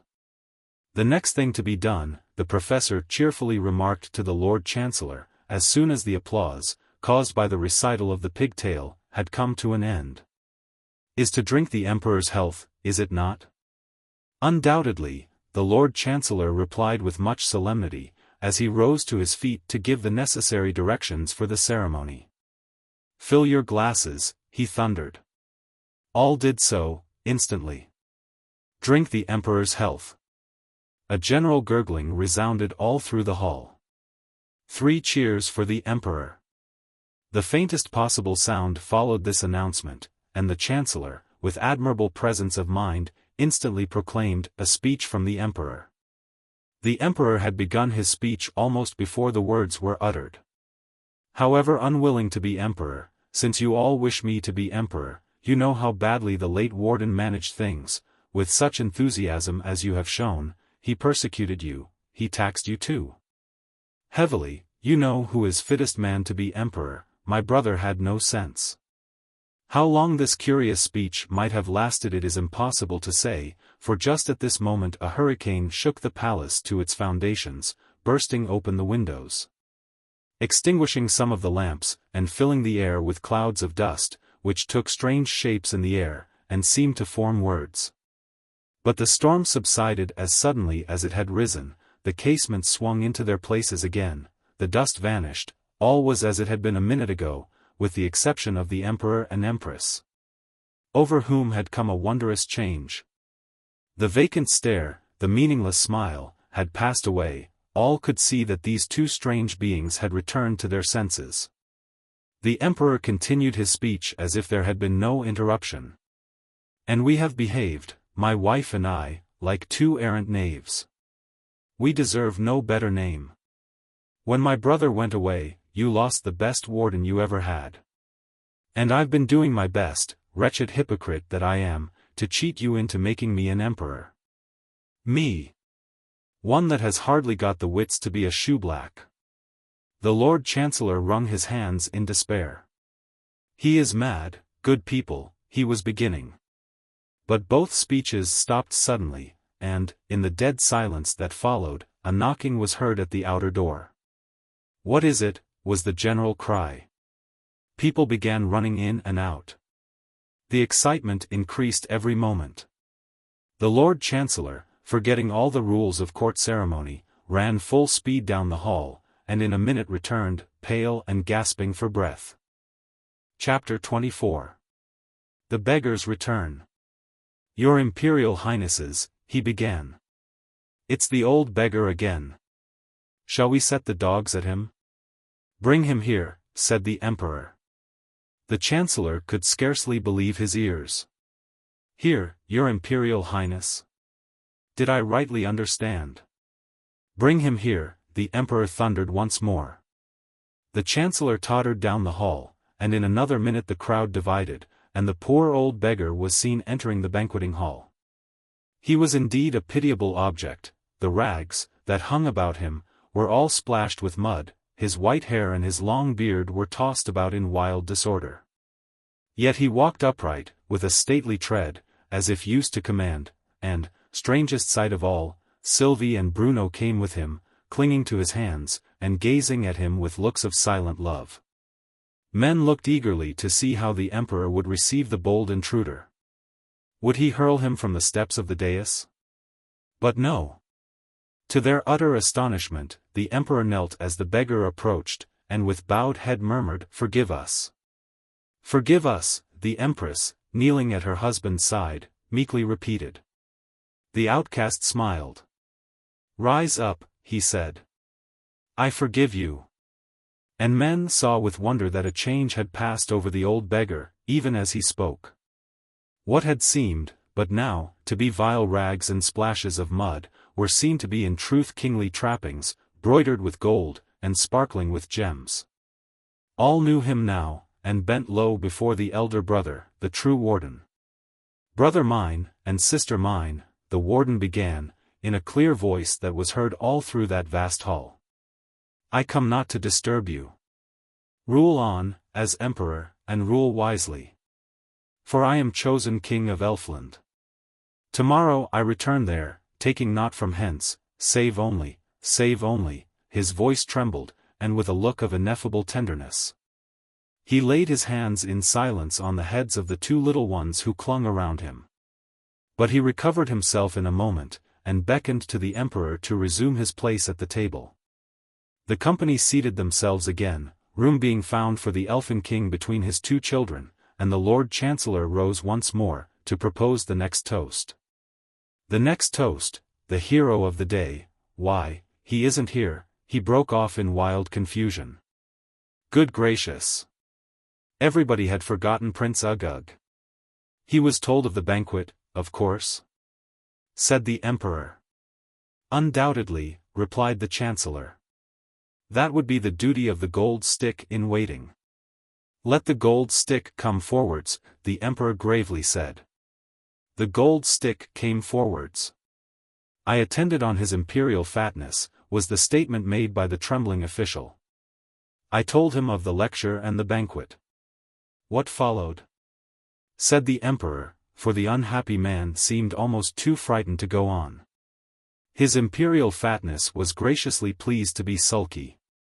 His imperial fatness was graciously pleased to box my ears. His imperial fatness was graciously pleased to say, I don't care. Don't care came to a bad end, Sylvie whispered to Bruno. I'm not sure, but I believe he was hanged. The professor overheard her. That result, he blandly remarked, was merely a case of mistaken identity. Both children looked puzzled. Permit me to explain. Don't care and Care were twin brothers. Care, you know, killed the cat. And they caught Don't Care by mistake, and hanged him instead. And so, Care is alive still. But he's very unhappy without his brother. That's why they say, begone, dull Care. Thank you. Sylvie said, heartily. It's very extremely interesting. Why, it seems to explain everything.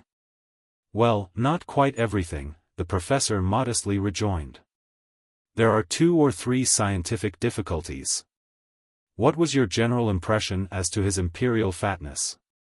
The Emperor asked the gold stick. My impression was that his imperial fatness was getting more. More what? All listened breathlessly for the next word. More prickly. He must be sent for at once, the emperor exclaimed. And the gold stick went off like a shot. The Elfin King sadly shook his head. No use, he murmured to himself. Loveless, loveless. Pale, trembling, speechless, the gold stick came slowly back again. Well, said the emperor. Why does not the prince appear? One can easily guess, said the professor. His imperial fatness is, without doubt, a little preoccupied. Bruno turned a look of solemn inquiry on his old friend. What do that word mean? But the professor took no notice of the question.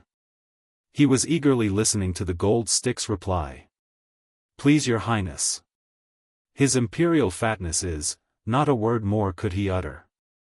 The empress rose in an agony of alarm. Let us go to him, she cried. And there was a general rush for the door. Bruno slipped off his chair in a moment. May we go too? He eagerly asked. But the king did not hear the question, as the professor was speaking to him. Preoccupied, your majesty, he was saying. That is what he is, no doubt. May we go and see him? Bruno repeated. The king nodded assent, and the children ran off.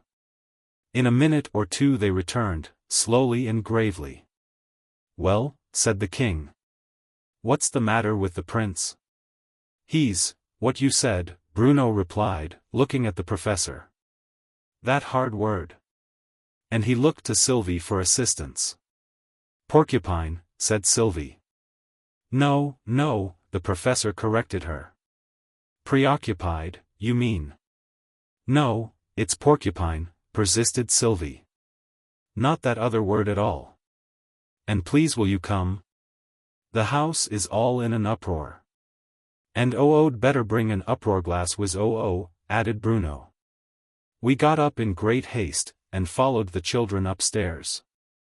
No one took the least notice of me, but I wasn't at all surprised at this, as I had long realized that I was quite invisible to them all, even to Sylvie and Bruno. All along the gallery, that led to the prince's apartment, an excited crowd was surging to and fro, and the babble of voices was deafening. Against the door of the room 3 strong men were leaning, vainly trying to shut it, for some great animal inside was constantly bursting it half open, and we had a glimpse, before the men could push it back again, of the head of a furious wild beast, with great fiery eyes and gnashing teeth. Its voice was a sort of mixture, there was the roaring of a lion, and the bellowing of a bull, and now and then a scream like a gigantic parrot. There is no judging by the voice. The professor cried in great excitement. What is it? He shouted to the men at the door. And a general chorus of voices answered him, Porcupine.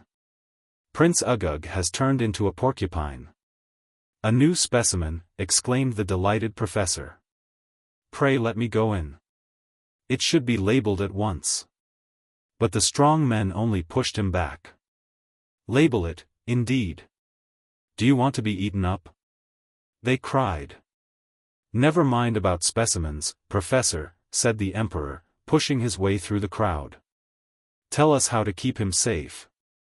A large cage, the professor promptly replied. Bring a large cage, he said to the people generally, with strong bars of steel, and a portcullis made to go up and down like a mousetrap. Does anyone happen to have such a thing about him? It didn't sound a likely sort of thing for anyone to have about him. However, they brought him one directly. Curiously enough, there happened to be one standing in the gallery. Put it facing the opening of the door, and draw up the portcullis. This was done in a moment. Blankets now, cried the professor. This is a most interesting experiment. There happened to be a pile of blankets close by, and the professor had hardly said the word, when they were all unfolded and held up like curtains all around. The professor rapidly arranged them in 2 rows, so as to make a dark passage, leading straight from the door to the mouth of the cage. Now fling the door open. This did not need to be done, the 3 men had only to leap out of the way, and the fearful monster flung the door open for itself, and, with a yell like the whistle of a steam engine, rushed into the cage. Down with the portcullis. No sooner said than done, and all breathed freely once more, on seeing the porcupine safely caged. The professor rubbed his hands in childish delight. The experiment has succeeded, he proclaimed. All that is needed now is to feed it 3 times a day, on chopped carrots and— Never mind about its food, just now, the emperor interrupted. Let us return to the banquet. Brother, will you lead the way? And the old man, attended by his children, headed the procession downstairs. See the fate of a loveless life, he said to Bruno, as they returned to their places. To which Bruno made reply, I always loved Sylvie, so I'll never get prickly like that. He is prickly, certainly, said the professor, who had caught the last words, but we must remember that, however porcupiney, he is royal still. After this feast is over, I'm going to take a little present to Prince Uggug, just to soothe him, you know, it isn't pleasant living in a cage. What'll you give him for a birthday present? Bruno inquired. A small saucer of chopped carrots, replied the professor. In giving birthday presents, my motto is, cheapness. I should think I save £40 a year by giving, oh, what a twinge of pain. What is it? Said Sylvie anxiously. My old enemy, groaned the professor. Lumbago, rheumatism, that sort of thing. I think I'll go and lie down a bit. And he hobbled out of the saloon, watched by the pitying eyes of the 2 children. He'll be better soon, the Elfin King said cheerily. Brother, turning to the emperor, I have some business to arrange with you tonight. The empress will take care of the children. And the 2 brothers went away together, arm in arm.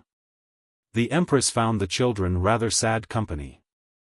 They could talk of nothing but the dear professor, and what a pity he's so ill.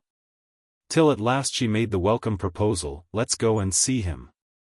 The children eagerly grasped the hand she offered them, and we went off to the professor's study, and found him lying on the sofa, covered up with blankets, and reading a little manuscript book. Notes on Volume 3, he murmured, looking up at us.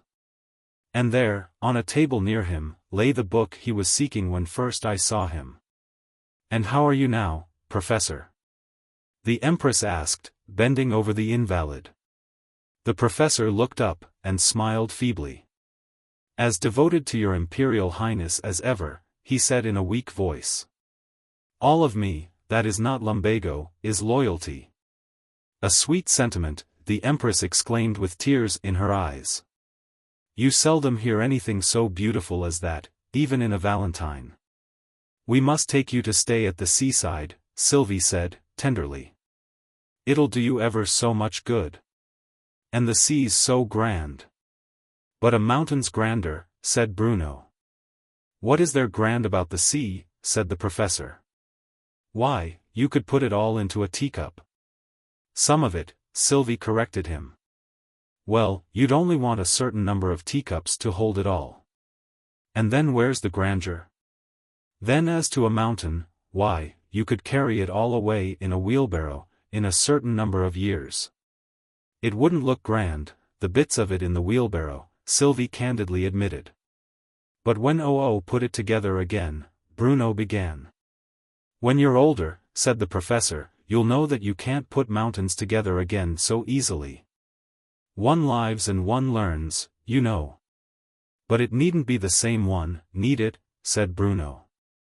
Won't it do, if I live, and if Sylvie learns?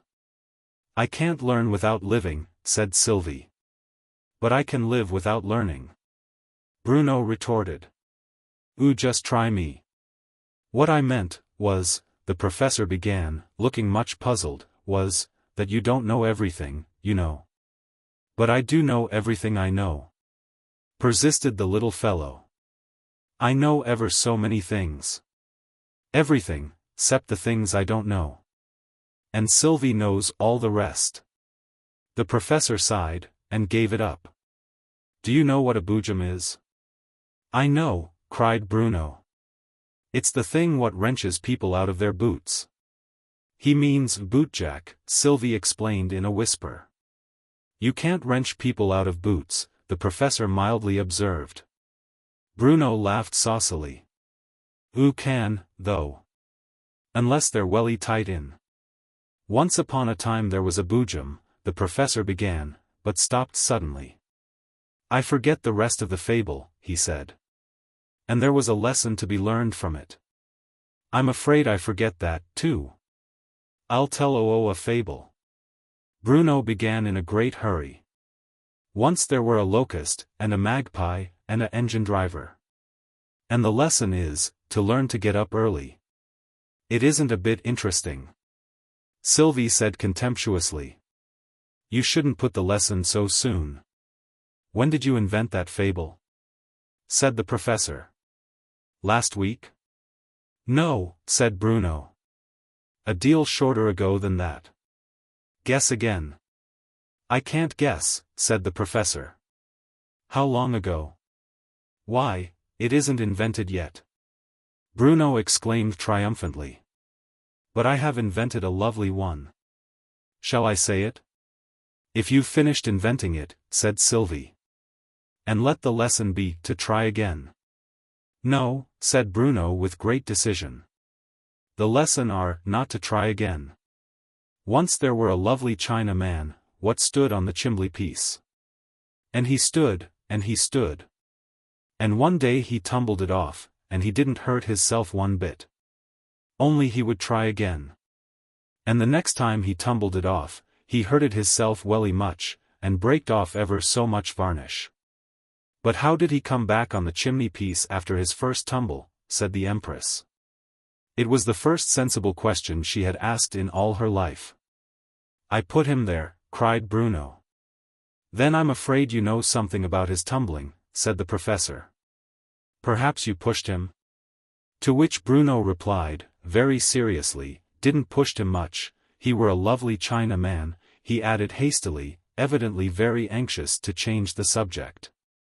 "Come, my children," said the Elfin King, who had just entered the room. "We must have a little chat together, before you go to bed."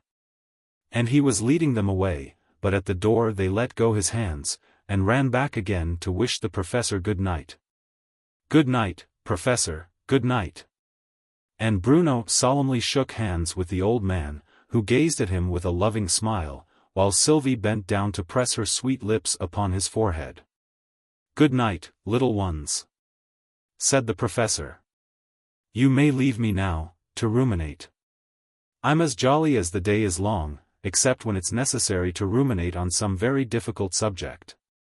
All of me," he murmured sleepily as we left the room, "all of me, that isn't bonhomie, is rumination." "What did he say, Bruno?" Sylvie inquired, as soon as we were safely out of hearing. "I think he said, all of me that isn't bone disease is rheumatism." "Whatever are that knocking, Sylvie?" Sylvie stopped, and listened anxiously. It sounded like someone kicking at a door. "I hope it isn't that porcupine breaking loose," she exclaimed. "Let's go on," Bruno said hastily. "There's nothing to wait for, oh no." Chapter 25. Life out of death. The sound of kicking, or knocking, grew louder every moment, and at last a door opened somewhere near us. "Did you say, come in, sir?" my landlady asked timidly. "Oh yes, come in," I replied. "What's the matter?" "A note has just been left for you, sir, by the baker's boy. He said he was passing the hall, and they asked him to come round and leave it here." The note contained 5 words only. "Please come at once. Muriel." A sudden terror seemed to chill my very heart. "The Earl is ill," I said to myself. "Dying, perhaps." And I hastily prepared to leave the house. "No bad news, sir, I hope," my landlady said, as she saw me out. The boy said as someone had arrived unexpectedly. "I hope that is it," I said. But my feelings were those of fear rather than of hope, though, on entering the house, I was somewhat reassured by finding luggage lying in the entrance, bearing the initials, E.L. "It's only Eric Linden after all," I thought, half relieved and half annoyed. Surely she need not have sent for me for that. Lady Muriel met me in the passage. Her eyes were gleaming, but it was the excitement of joy, rather than of grief. "I have a surprise for you," she whispered. "You mean that Eric Lindon is here?" I said, vainly trying to disguise the involuntary bitterness of my tone. The funeral baked meats did coldly furnish forth the marriage tables, I could not help repeating to myself. How cruelly I was misjudging her. "No, no," she eagerly replied. "At least, Eric is here. But," her voice quivered, "but there is another." No need for further question. I eagerly followed her in. There on the bed, he lay, pale and worn, the mere shadow of his old self, my old friend come back again from the dead. "Arthur!" I exclaimed. I could not say another word. "Yes, back again, old boy," he murmured, smiling as I grasped his hand. "He," indicating Eric, who stood near, "saved my life, he brought me back. Next to God, we must thank him, Muriel, my wife." Silently I shook hands with Eric and with the Earl, and with one consent we moved into the shaded side of the room, where we could talk without disturbing the invalid, who lay, silent and happy, holding his wife's hand in his, and watching her with eyes that shone with the deep steady light of love. "He has been delirious till today," Eric explained in a low voice, "and even today he has been wandering more than once. But the sight of her has been new life to him." And then he went on to tell us, in would-be careless tones, I knew how he hated any display of feeling, how he had insisted on going back to the plague-stricken town, to bring away a man whom the doctor had abandoned as dying, but who might, he fancied, recover if brought to the hospital, how he had seen nothing in the wasted features to remind him of Arthur, and only recognized him when he visited the hospital a month after, how the doctor had forbidden him to announce the discovery, saying that any shock to the overtaxed brain might kill him at once, how he had stayed on at the hospital, and nursed the sick man by night and day, all this with the studied indifference of one who is relating the commonplace acts of some chance acquaintance. And this was his rival, I thought. The man who had won from him the heart of the woman he loved. "The sun is setting," said Lady Muriel, rising and leading the way to the open window. "Just look at the western sky. What lovely crimson tints! We shall have a glorious day tomorrow." We had followed her across the room, and were standing in a little group, talking in low tones in the gathering gloom, when we were startled by the voice of the sick man, murmuring words too indistinct for the ear to catch. "He is wandering again," Lady Muriel whispered, and returned to the bedside. We drew a little nearer also, but no, this had none of the incoherence of delirium. "What reward shall I give unto the Lord," the tremulous lips were saying, "for all the benefits that he hath done unto me? I will receive the cup of salvation, and call, but here the poor weakened memory failed, and the feeble voice died into silence." His wife knelt down at the bedside, raised one of his arms, and drew it across her own, fondly kissing the thin white hand that lay so listlessly in her loving grasp. It seemed to me a good opportunity for stealing away without making her go through any form of parting, so, nodding to the Earl and Eric, I silently left the room. Eric followed me down the stairs, and out into the night. "Is it life or death?" I asked him, as soon as we were far enough from the house for me to speak in ordinary tones. "It is life," he replied with eager emphasis. "The doctors are quite agreed as to that. All he needs now, they say, is rest, and perfect quiet, and good nursing. He's quite sure to get rest and quiet, here, and, as for the nursing, why, I think it's just possible," he tried hard to make his trembling voice assume a playful tone, "he may even get fairly well nursed, in his present quarters." "I'm sure of it," I said. "Thank you so much for coming out to tell me." And, thinking he had now said all he had come to say, I held out my hand to bid him good night. He grasped it warmly, and added, turning his face away as he spoke, "By the way, there is one other thing I wanted to say." I thought you'd like to know that I'm not in the mind I was in when last we met. It isn't that I can accept Christian belief, at least, not yet. But all this came about so strangely. And she had prayed, you know. And I had prayed. And, his voice broke, and I could only just catch the concluding words, there is a God that answers prayer. I know it for certain now. He wrung my hand once more, and left me suddenly. Never before had I seen him so deeply moved. So, in the gathering twilight, I paced slowly homewards, in a tumultuous whirl of happy thoughts. My heart seemed full, and running over with joy and thankfulness. All that I had so fervently longed for, and prayed for, seemed now to have come to pass. And, though I reproached myself, bitterly, for the unworthy suspicion I had for one moment harbored against the true-hearted Lady Muriel, I took comfort in knowing it had been but a passing thought. Not Bruno himself could have mounted the stairs with so buoyant a step, as I felt my way up in the dark, not pausing to strike a light in the entry. As I knew I had left the lamp burning in my sitting-room. But it was no common lamplight into which I now stepped, with a strange, new, dreamy sensation of some subtle witchery that had come over the place. Light, richer and more golden than any lamp could give, flooded the room, streaming in from a window I had somehow never noticed before, and lighting up a group of 3 shadowy figures.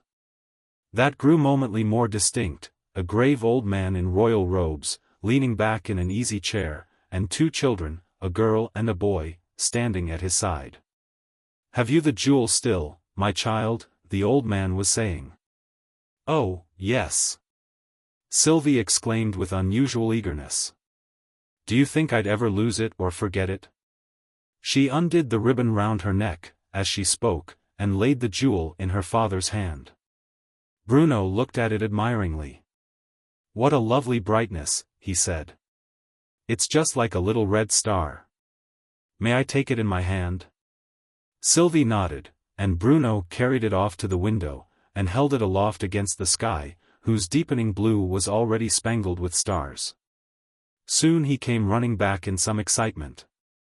"Sylvie! Look here," he cried. "I can see right through it when I hold it up to the sky. And it isn't red a bit, it's, oh such a lovely blue. And the words are all different. Do look at it." Sylvie was quite excited, too, by this time. And the 2 children eagerly held up the jewel to the light, and spelled out the legend between them, "All will love Sylvie." "Why, this is the other jewel," cried Bruno. "Don't you remember, Sylvie? The one you didn't choose." Sylvie took it from him, with a puzzled look, and held it, now up to the light, now down. "It's blue, one way," she said softly to herself, "and it's red, the other way. Why, I thought there were 2 of them, father." She suddenly exclaimed, laying the jewel once more in his hand, "I do believe it was the same jewel all the time." "Then you choosed it from itself," Bruno thoughtfully remarked. "Father, could Sylvie choose a thing from itself?" "Yes, my own one," the old man replied to Sylvie, not noticing Bruno's embarrassing question. "It was the same jewel, but you chose quite right." And he fastened the ribbon round her neck again. "Sylvie will love all will love Sylvie," Bruno murmured, raising himself on tiptoe to kiss the little red star.